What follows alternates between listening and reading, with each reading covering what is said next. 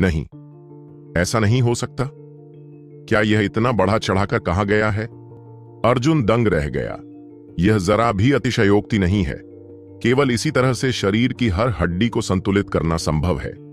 हर हड्डी के साथ आपको बाकी सभी हड्डियों को भी संतुलित करना होगा, राघव ने कहा। तो क्या पूरी तरह से टेम्परिंग से गुजरने में दशकों नहीं लगेंगे? अर्जुन थोड़ा निराश महसूस कर रहा था। उसने पहले ही हड्डी जोड़ने वाली गोली खा ली थी और इस तरह उसकी सारी हड्डियां जुड़ गई थीं। इस स्तर पर उसके पास पूरी तरह से टेम्परिंग से गुजरने के अलावा कोई विकल्प नहीं था। आप सामान्य मानकों के अनुसार अनुमान लगा रहे हैं। अन्य साधकों के लिए प्रत्येक हड्डी को तपाकर उसे पहले की तुलना में दुगना खर्च करना पड़ता है और उसे तपाकर तैयार करने में लगने वाला समय भी उसी हिसाब से दुगना हो जाता है। उनके लिए 8 हड्डियों को तड़का लगाने में 1 साल से ज्यादा समय लगता है। बेहतरीन हड्डियों को तड़का लगाने में कम से कम 3 साल लगते हैं। लेकिन हम एक जैसे नहीं हैं। हमारे लिए प्रत्येक हड्डी को ठीक करने में समान समय लगता है। अगर पहली हड्डी को ठीक करने में 3 से 5 दिन लगे तो हर हड्डी को ठीक करने में भी 3 से 5 दिन लगेंगे। वास्तव में एक बार जब हम अंत तक पहुंच जाते हैं तो हम उन्हें और तेजी से तड़का लगाते हैं।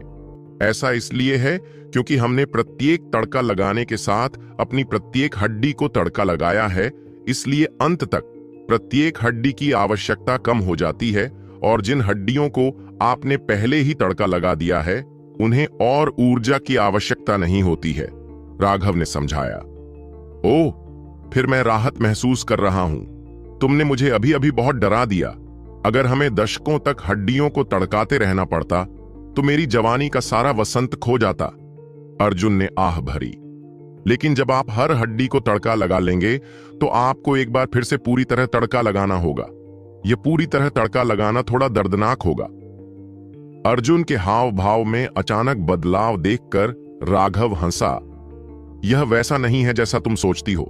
एक बार जब तुम्हारे शरीर की हर हड्डी तड़का दी जाएगी तो तुम्हें क्या लगता है कि तुम्हारी ताकत किस स्तर तक बढ़ जाएगी? अगर मैंने गलत अनुमान नहीं लगाया है तो तुम्हारा कवच जितनी शक्ति छोड़ सकता है वह तुम्हारी अपनी शारीरिक शक्ति के सीधे आनुपातिक है। उस समय है तुम समझती हो? यह सुनकर अर्जुन की आंखें चमक उठीं। राघव बिल्कुल सही था। उसका कवच कुछ ऐसा था जो उसकी अपनी शक्ति को बढ़ाता था। हालांकि उसका कवच साधारण दिखता था, लेकिन उसकी मांसपेशियों के चारों ओर अनगिनत स्टील के तार कसकर बंधे हुए थे। उसकी हर हरकत उन धागों को खींचती थी और उसकी उंगलियों द्वारा सक्रिय किए गए कुछ तंत्रों को जोड़कर यह उसकी मूल शक्ति को कई गुना बढ़ा देता था। हे बॉस, आप वाकई कमाल के हैं। तब हम अब तक की सबसे मजबूत टीम बनने की राह पर हैं।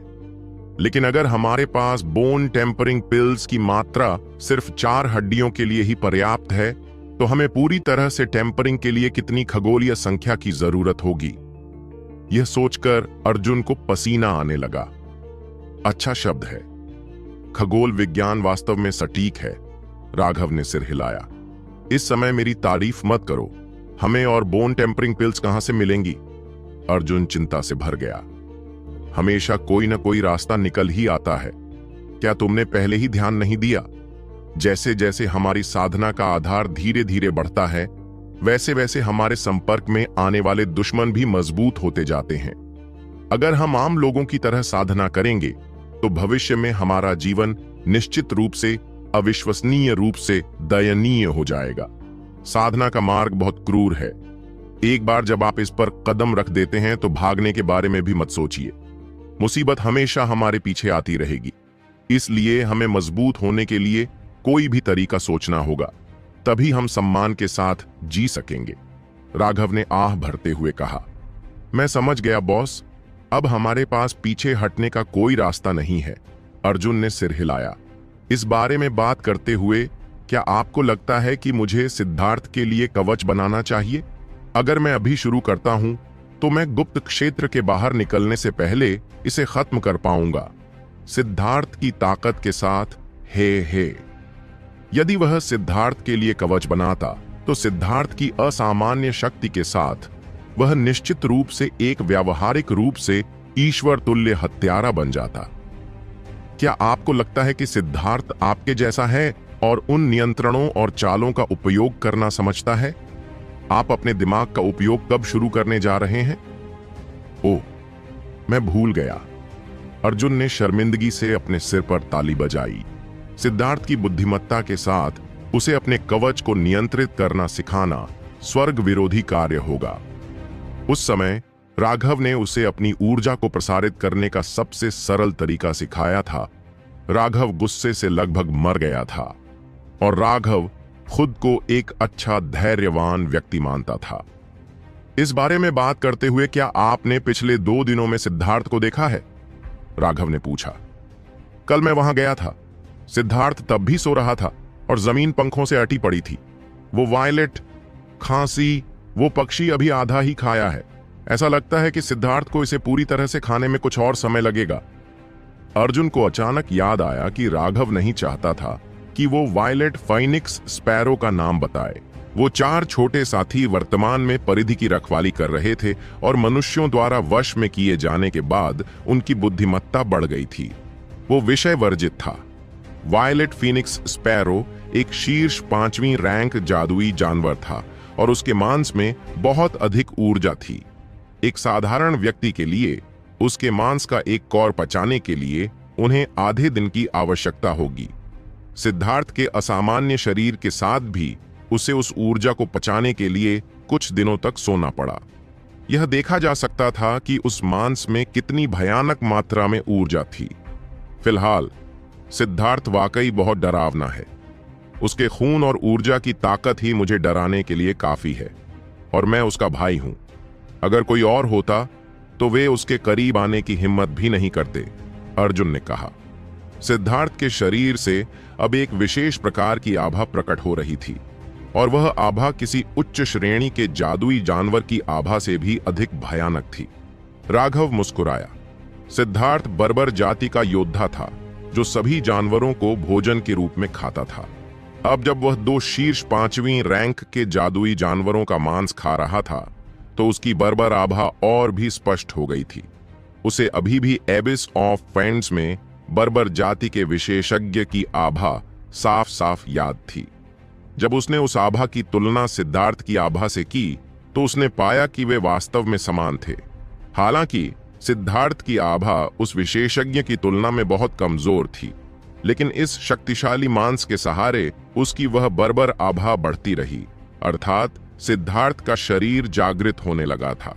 उस विशेषज्ञ के अनुसार उनकी बर्बर जाति को किसी गुप्त तकनीक की आवश्यकता नहीं थी। एक बार जब उनका शरीर एक निश्चित स्तर की शक्ति तक पहुंच जाता तो वे अपने आप अपनी क्षमताओं को जागृत कर लेते। उसने बर्बरीक भगवान के आशीर्वाद के बारे में भी कुछ बताया था। राघव को अभी भी नहीं पता था कि इसका क्या मतलब है, लेकिन सिमरन ने उसे बताया था कि इस दुनिया में वास्तव में भगवान है। अगर भगवान होते तो वे क्या कर रहे होते? उन्होंने दुनिया को इतना अस्त व्यस्त क्यों होने दिया? बॉस, क्या मैं आपके लिए भी एक कवच बना सकता हूं? आपकी शक्ति कई गुना बढ़ जाएगी और आप निश्चित रूप से सभी का वध कर सकेंगे, अर्जुन ने कहा। राघव ने अपना सिर हिलाया। यह मेरी लड़ाई शैली नहीं है। अगर मैं कवच पहनता हूं तो यह मेरे अपने भौतिक शरीर पर पर्याप्त आत्मविश्वास न होने के बराबर है और यह मेरे दांव हृदय को प्रभावित करेगा। मैं तुम्हारे जैसा नहीं हूं। तुम एक ऐसे व्यक्ति हो जो शिल्प देवता बनना चाहते हो। अपना खुद का कवच पहनने से तुम्हारा दांव हृदय और भी स्थिर हो जाएगा। हम दोनों अलग अलग रास्ते पर चलते हैं। एक बार जब मैं बोन टेम्परिंग पिल्स को परिष्कृत कर लूंगा तो मैं सभी के लिए बोन फोर्जिंग पिल्स को परिष्कृत करना शुरू कर दूंगा ताकि आपकी साधना का आधार बढ़ सके। कम से कम सभी को मध्य बोन फोर्जिंग क्षेत्र तक पहुंचने में सक्षम होना चाहिए। उसके पास सीमित मात्रा में औषधीय तत्व थे। ज्यादा से ज्यादा वह सभी को सिर्फ 4 हड्डियों तड़का लगाने की अनुमति दे सकता था, लेकिन अच्छी बात यह थी कि 4 हड्डियों को तड़का लगाने के बाद उन सभी ने अपनी बाकी हड्डियों के लिए एक आधार तैयार कर लिया था। हालांकि उन्होंने तड़का लगाने की प्रक्रिया पूरी नहीं की थी, फिर भी उनकी बिना तड़का वाली हड्डियां बहुत मजबूत हो गई थीं, जिससे उनकी ताकत में निष्क्रिय रूप से वृद्धि हुई। नजदीकी मुकाबलों के लिए यह वृद्धि बहुत कीमती थी, लेकिन इसकी कीमत भी चौंकाने वाली थी। समय तेजी से बीत गया। पलक झपकते ही आधा महीना बीत गया। राघव ने सभी बोन टेम्परिंग गोलियों को परिष्कृत करना समाप्त कर दिया था और अब वह सभी की साधना के आधार को बढ़ाने के लिए बोन फोर्जिंग गोलियों को परिष्कृत करने पर ध्यान केंद्रित कर रहा था। 1 महीने तक लगातार औषधीय गोलियों को परिष्कृत करने के बाद राघव को भी ऐसा महसूस हुआ कि उसे उल्टी आ जाएगी। अपनी गोलियों की भट्टी को देखना ही उसे चक्कर आने के लिए काफी था। लेकिन अच्छी बात यह थी कि उसे इतनी सारी बोन फोर्जिंग गोलियों को परिष्कृत करने की जरूरत नहीं थी। भले ही वे राघव द्वारा परिष्कृत की गई थीं, लेकिन प्रत्येक व्यक्ति उनमें से केवल 10 का ही सेवन कर सकता था। यह पहले से ही पूर्ण सीमा थी। वास्तव में साधारण बोन फोर्जिंग गोलियों के लिए उनमें से केवल 3 का सेवन ही सीमा थी। Bone forging pills bone tempering pills से अलग थीं। इनका उपयोग खेती के आधार को बढ़ाने के लिए किया जाता था और इन्हें आध्यात्मिक ऊर्जा के साथ मिलाना पड़ता था। इन्हें धीरे धीरे अवशोषित करने की आवश्यकता थी, अन्यथा आपके दायरे का अस्थिर हो जाना और आपकी नींव में खामियां आना संभव था। इस पखवाड़े में सभी लोगों ने हड्डियों को मजबूत करने वाली गोलियों का सेवन चावल की तरह किया था, और जब सभी हड्डियों को मजबूत करने वाली गोलियां खा ली गईं, तो सभी लोगों ने अंततः 4 हड्डियां मजबूत कर लीं। जहां तक उन 4 हड्डियों का सवाल है, तो वे स्वाभाविक रूप से 2 हाथों और पैरों की छोटी हड्डी थीं। इससे गति और शक्ति दोनों में सुधार होता था और ये हमेशा पहली 4 हड्डियां होती थीं जिन्हें लोग तरोताजा करते थे। हजारों सालों के अनुभव ने सभी को बता दिया था कि वे 4 हड्डियां सबसे अच्छी थीं। हड्डियों को तपा देने का काम पूरा करने के बाद राघव ने सभी को कुछ दिनों तक आराम करने को कहा, ताकि उनकी साधना का आधार बढ़ाने से पहले उनकी हड्डियों में औषधीय ऊर्जा स्थिर हो सके। यह सुनकर कि वे थोड़ी छुट्टी पर हैं, अर्जुन ने तुरंत मनोज, शुभम, विनायक और देवांश को अपने पास बुलाया और नोट्स की तुलना करने के लिए एक एकांत स्थान ढूंढा। मनोज और अन्य लोग भी पूरी तरह से हिम्मत से भरे हुए थे। इस बार एकांतवास के बाद उन्हें लगा जैसे उनके शरीर पूरी तरह से बदल गए हैं और इसलिए वे भी अपनी नई ताकत का परीक्षण करने के लिए एक अच्छी लड़ाई करना चाहते थे। किसी भी मामले में अर्जुन जैसे धातु राक्षस की उपस्थिति में वे अपनी पूरी ताकत दिखा सकते हैं। क्या गलत हो सकता है? उनमें से कुछ लोग चले गए। पीछे केवल राघव और कंपास माउंटेन पर 5 महिलाएं रह गईं। वे अभी अभी अपने एकांत से बाहर निकली थीं और उनमें से हर कोई ऊर्जा से भरा हुआ था। अपनी ताकत बढ़ाने के इस मौके ने उन्हें पूरी तरह से बदल दिया था। हमेशा चुप रहने वाली और बिना मुस्कुराए रहने वाली अनुराधा के होठों पर भी एक हल्की सी मुस्कान थी। वह भी अपनी खुशी को छुपाने में असमर्थ थी। अब हमें क्या करना चाहिए राघव? क्या हमें बदला लेने के लिए उस औरत को ढूंढना चाहिए? नेहा ने पूछा। बदला लेने की बात करते हुए उनके चेहरे के भाव बर्फीले हो गए। राखी बहुत ही दुष्ट थी और उनमें से कोई भी उससे नफरत नहीं करता था। राघव ने अपना सिर हिलाया। वह भाग नहीं सकती। अगर हम उसे इस तरह से ढूंढते रहेंगे तो उसे ढूंढने की हमारी संभावनाएं बहुत कम हैं। इससे बस सबका समय बर्बाद होगा। अगले कुछ दिनों तक हम थोड़ा आराम करेंगे और अपनी मानसिक स्थिति को ठीक करेंगे। इसके अलावा मेरे पास तुम्हारे और सीमा के लिए उपहार भी हैं। उपहार? पहला तुम्हारे लिए है, नेहा। राघव मुस्कुराया और एक बच्चे की मुट्ठी के आकार का पत्थर निकाला। पवन आत्मा पत्थर? नेहा ने चौंक कर कहा। अपने जन्मजात वायु आत्मा शरीर के साथ वह तुरंत इस पत्थर में विशाल मात्रा में वायु ऊर्जा को महसूस कर सकती थी। यह ऐसी चीज थी जिसके लिए नेहा अपने सपनों में भी तरसती थी।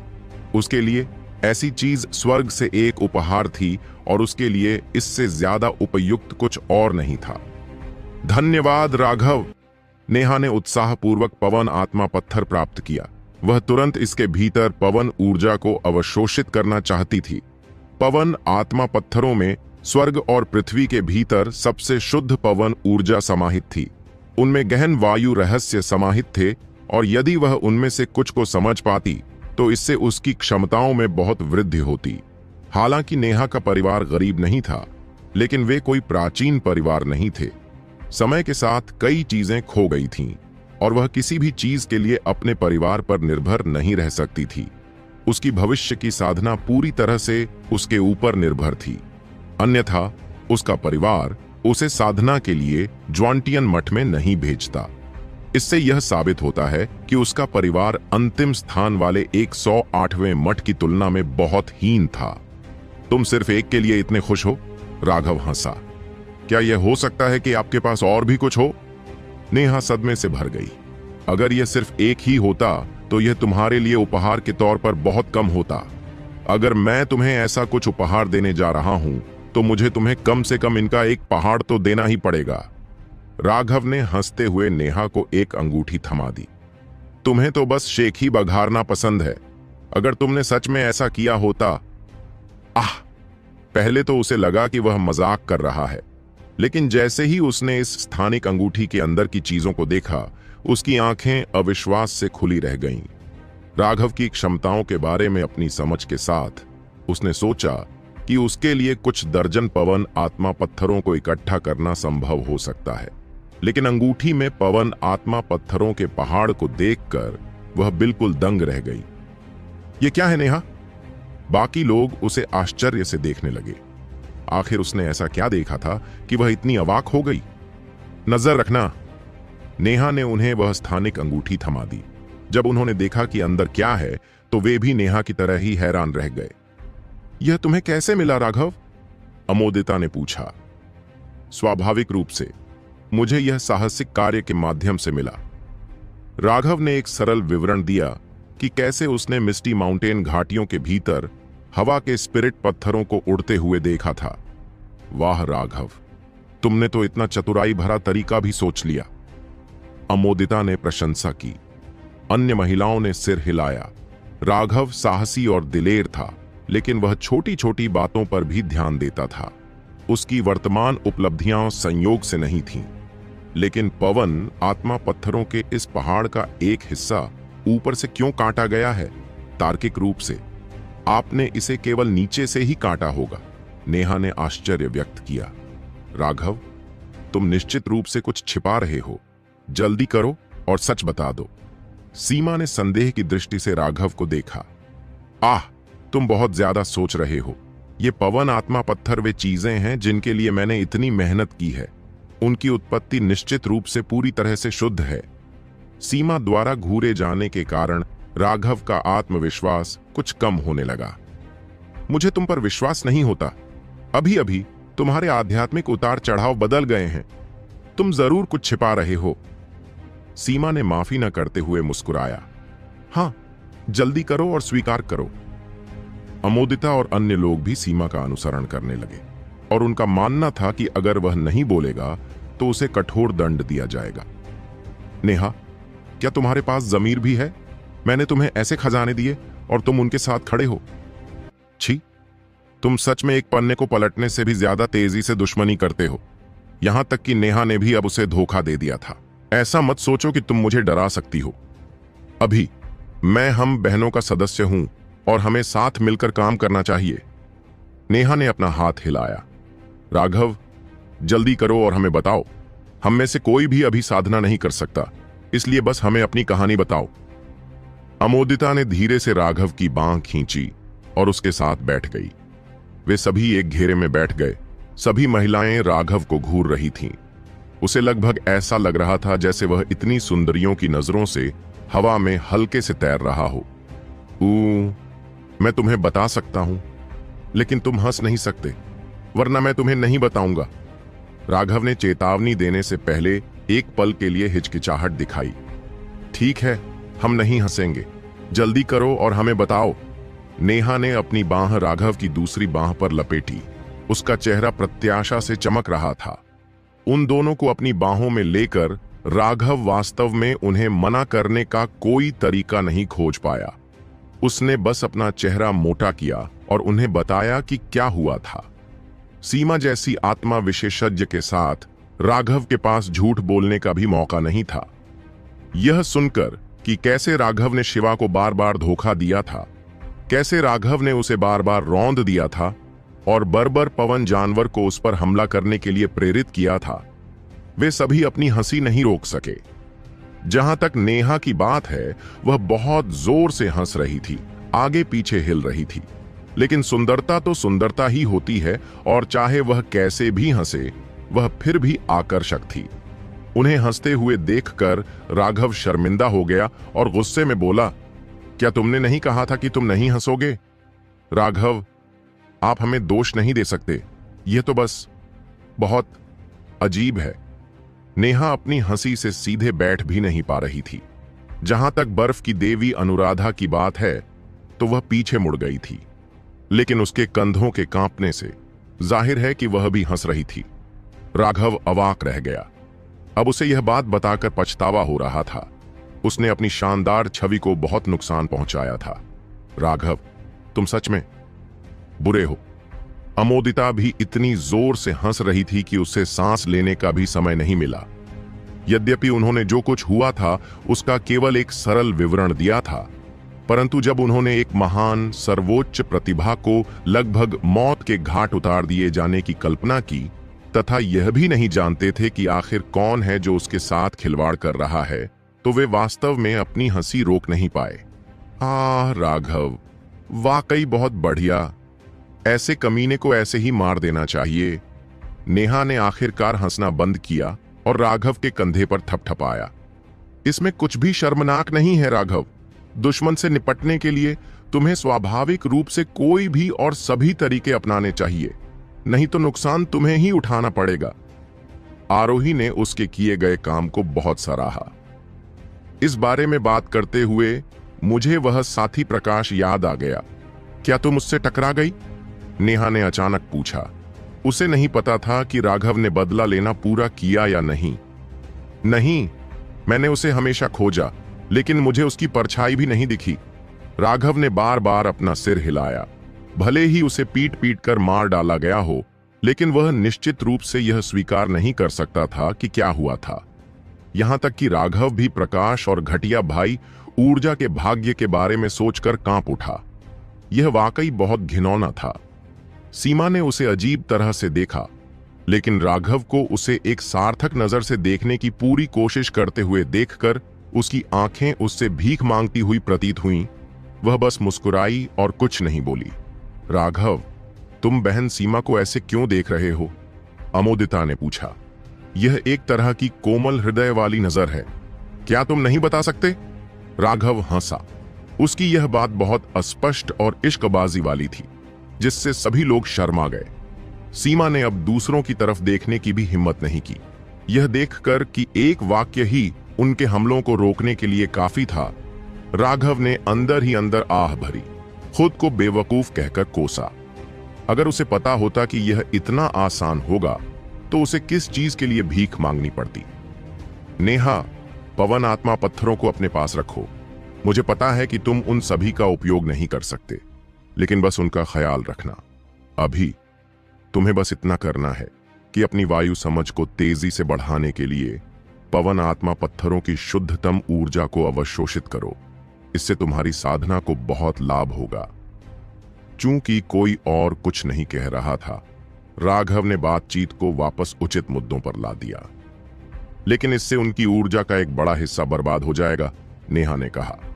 पवन आत्मा पत्थरों में बहुत अधिक मात्रा में ऊर्जा होती थी, लेकिन वह ऊर्जा पूरी तरह से शुद्ध नहीं थी। केवल एक भाग ही अवशोषित किया जा सकता था। ज्यादातर साधक पवन आत्मा पत्थर की सारी ऊर्जा को अपने शरीर में सोख लेते हैं और फिर वे अशुद्धियों को बाहर निकाल देते हैं। तभी वे अपशिष्ट को न्यूनतम रख पाते हैं, क्योंकि पवन आत्मा पत्थर बहुत कीमती होते हैं। लेकिन राघव चाहता था कि वह सिर्फ शुद्ध ऊर्जा को सोख ले और अशुद्ध हिस्से को सीधे बर्बाद कर दे। इसका मतलब था कि वह इसकी 90% से ज्यादा ऊर्जा को अस्वीकार कर देगी। यह वाकई बहुत ज्यादा खर्च था और व्यावहारिक रूप से एक प्राकृतिक खजाने की बर्बादी थी। अगर यह बर्बादी है तो यह बर्बादी है। अभी समय अधिक महत्वपूर्ण है। जब बाहर निकलने का रास्ता खुलेगा तो निश्चित रूप से खूनी लड़ाई होगी। थोड़ी सी ताकत से बचने की संभावना बढ़ जाती है, राघव ने कहा। ठीक है, मैं समझ गया, नेहा ने सिर हिलाया। यह वर्तमान में बहुत ही महत्वपूर्ण समय था। उसे सिर हिलाते देख राघव को पता चल गया कि उसे अब इस बारे में चिंता करने की जरूरत नहीं है। नेहा एक बहुत ही समझदार लड़की थी और उसे उन चीजों के बारे में चिंता करने की जरूरत नहीं थी जो उसने उससे वादा किया था। सीमा, यह तुम्हारा उपहार है। राघव ने एक सुनहरा पन्ना निकाला। अमोदिता और अनुराधा दोनों ने चौंक कर कहा। वे उस समय मौजूद थे जब राघव ने अनुराधा और अन्य लोगों को बचाया था। उसने उन सभी हमलावरों को मारने के लिए सिर्फ इस सुनहरे पन्ने का इस्तेमाल किया था। यह अविश्वसनीय रूप से तेज था और इसके सामने सभी हथियार और कवच कागज की तरह कमजोर थे। इसकी सुनहरी रोशनी के साथ खून की बारिश का वह दृश्य अभी भी उनकी यादों में ताजा था। राघव, यह है। सीमा, अमोदिता और अनुराधा की प्रतिक्रियाओं से चौंक गई। यह एक आत्मा वस्तु है, राघव ने कहा। आत्मा वस्तु? सीमा ने चौंक कर चीख मारी। एक आत्मा साधक के रूप में वह स्वाभाविक रूप से जानती थी कि वह क्या है। पवन आत्मा मंडप में भी वे अत्यंत दुर्लभ और कीमती थे। राघव, सीमा अब भी मना करने ही वाली थी कि राघव ने गंभीरता से कहा, अभी विनम्रता दिखाने का समय नहीं है। यहां उपस्थित सभी लोगों में से तुम ही इस आत्मा वस्तु के लिए सबसे उपयुक्त हो। आत्मा वस्तु का उपयोग करने के लिए आपको अपनी आध्यात्मिक शक्ति का उपयोग करने की आवश्यकता होती है, लेकिन अमोदिता, अनुराधा, नेहा और मैं सभी योद्धा हैं। हम इसका उपयोग करने के लिए अपना ध्यान विभाजित करते हुए लड़ाई नहीं कर सकते।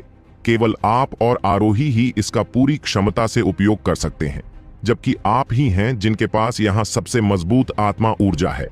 इसे नियंत्रित करने के साथ एक महत्वपूर्ण क्षण के दौरान आप तुरंत विशेषज्ञों को मार सकते हैं। यह हमारी पूरी टीम का जीवन रक्षक ताबीज है, लेकिन सच में यह कोई सच्ची आत्मा वाली वस्तु नहीं है, इसलिए इसका उपयोग सीमित है। आपको अपनी आत्मा को पोषित करने और उससे संबंध बनाने के लिए लगातार इसका उपयोग करना होगा। मुझे भी नहीं पता कि इस चीज का इस्तेमाल कैसे किया जाना चाहिए, इसलिए यह आपको ही पता लगाना होगा, राघव ने मुस्कुराते हुए कहा। इन दो खजानों को बांटने के बाद सभी ने एक बार फिर बात करना और हंसना शुरू कर दिया। हालांकि अनुराधा मुस्कुराई या बात नहीं की, लेकिन उसकी आंखों में गर्मजोशी का एक निशान दिखाई दिया। यह सुकून भरा समय उड़ गया। 3 दिन बाद जब सभी लोग फिर से एकांत में जाने के लिए एकत्र हुए तो एक अपरिचित अतिथि का आगमन हुआ। कितना दुर्लभ अतिथि! किसने सोचा होगा कि बहन सौम्या मुझसे मिलने यहां आएंगी। एक तंबू में 2 लोग थे। राघव के सामने बैंगनी रंग की पोशाक में एक दुबली पतली महिला थी। यह महिला वास्तव में दूसरे मठ की नंबर 1 विशेषज्ञ सौम्या थी। राघव अब उसे देखकर हैरान था। सीमा और अन्य लोगों ने जानबूझकर तंबू खाली कर दिया था, जिससे केवल वे दोनों ही रह गए थे। सौम्या मुस्कुराई।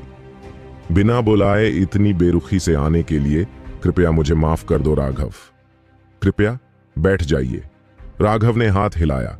अर्जुन ने जो टेंट तैयार किया था उसमें एक टेबल और 2 सीटें थीं। बहन सौम्या, मैं काफी असभ्य आदमी हूं, इसलिए कृपया मुझे शिष्टाचार न जानने के लिए दोष न दें। सौम्या ने धीरे से अपनी ड्रेस आगे सरकाई और बैठ गई। उसकी हरकतें बहुत ही शालीन और सहज थीं। सौम्या के इर्द गिर्द एक खास तरह का माहौल था जो उसे बहुत संतुलित और सुंदर बनाता था, जो सहज रूप से किसी भी व्यक्ति को आराम का एहसास कराता था। लेकिन राघव को यह पसंद नहीं था। यह एक तरह का महान व्यवहार था। इसे धर्मनिरपेक्ष दुनिया में एक उपलब्धि माना जा सकता है, लेकिन साधना की दुनिया में इस तरह के कृत्रिम व्यवहार को एक ही शब्द से वर्णित किया जा सकता है, दिखावा। राघव जानता था कि सौम्या यह सब जानबूझकर नहीं कर रही थी। यह उसके लिए जन्मजात बात थी, और अगर उसका अनुमान गलत नहीं था तो उसकी उत्पत्ति निश्चित रूप से सरल नहीं थी। वरिष्ठ प्रशिक्षु भाई राघव विनम्र हैं। पुरुषों को खुले और स्पष्टवादी होना चाहिए, स्वतंत्र और उन्मुक्त रहना चाहिए। सच कहूं तो मैं आपकी बहुत प्रशंसा करता हूं। सौम्या ने शालीनता से मुस्कुराया, एक ऐसी मुस्कान जो किसी व्यक्ति को गहराई से प्रभावित कर सकती है। यह कहा जा सकता है कि सौम्या असाधारण रूप से सुंदर थी। ऐसे बहुत कम पुरुष थे जो उसे पसंद न करते। उसकी हड्डियों में वह गर्व विशेष रूप से एक पुरुष को तीव्र लालसा महसूस कराता था। यह बिल्कुल घोड़े जैसा था। घोड़ा जितना घमंडी होता, उसे वश में करने की इच्छा उतनी ही बढ़ती। बहन सौम्या मेरी बहुत तारीफ करती हैं। चूंकि आप सीधी बात करना पसंद करती हैं, तो मैं भी शिष्टाचार की परवाह नहीं करूंगा।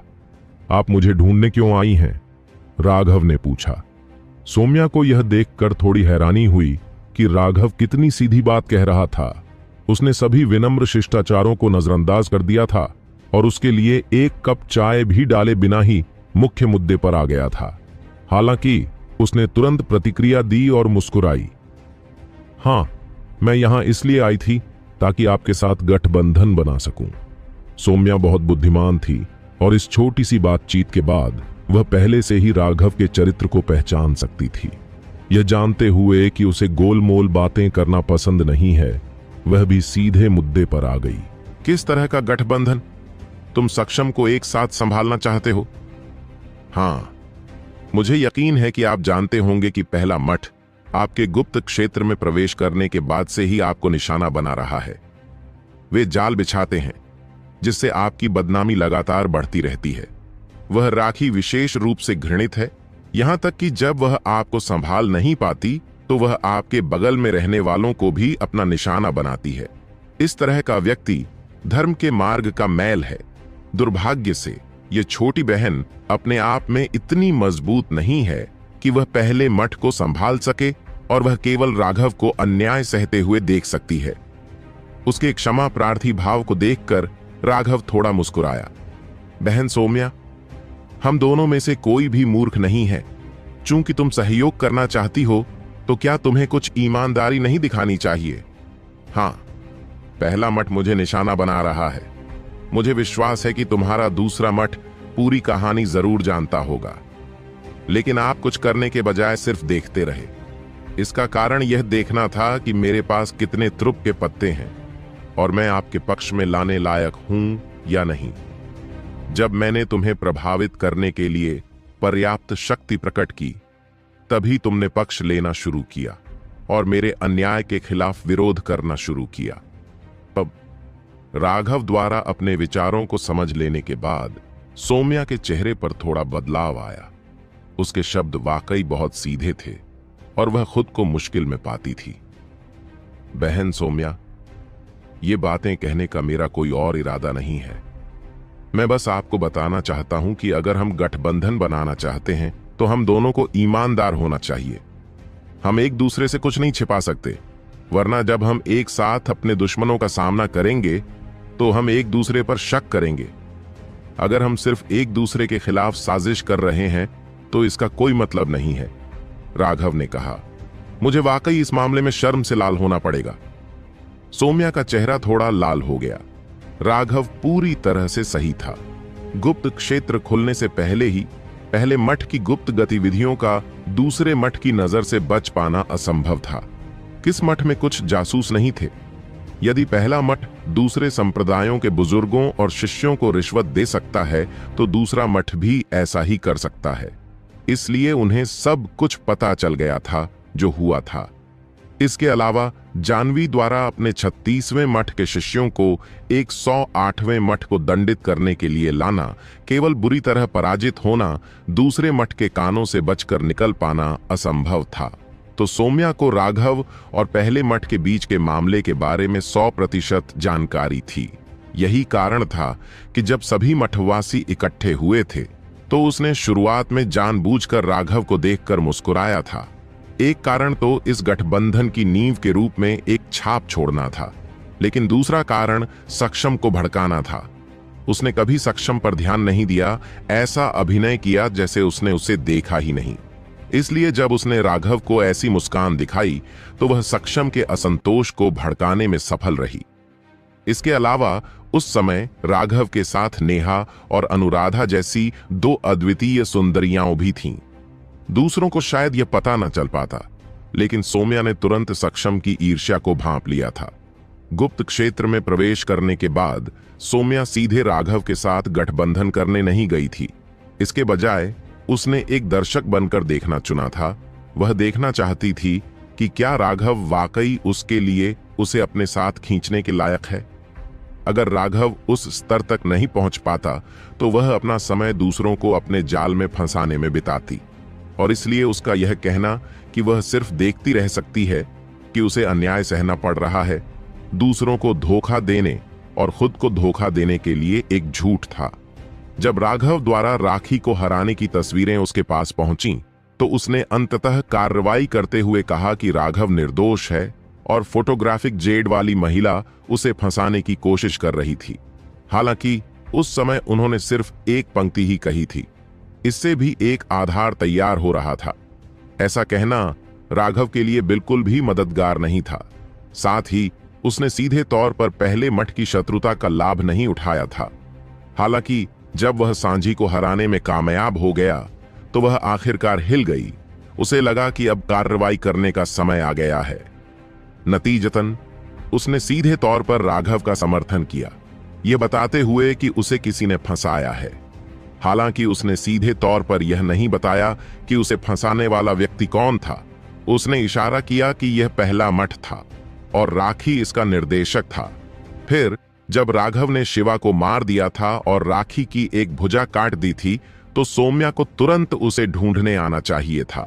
हालांकि वह अभी राघव और अर्जुन द्वारा अपने दुश्मनों का कत्लेआम करने के बाद ही आई थी, जब सब कुछ शांत हो गया था।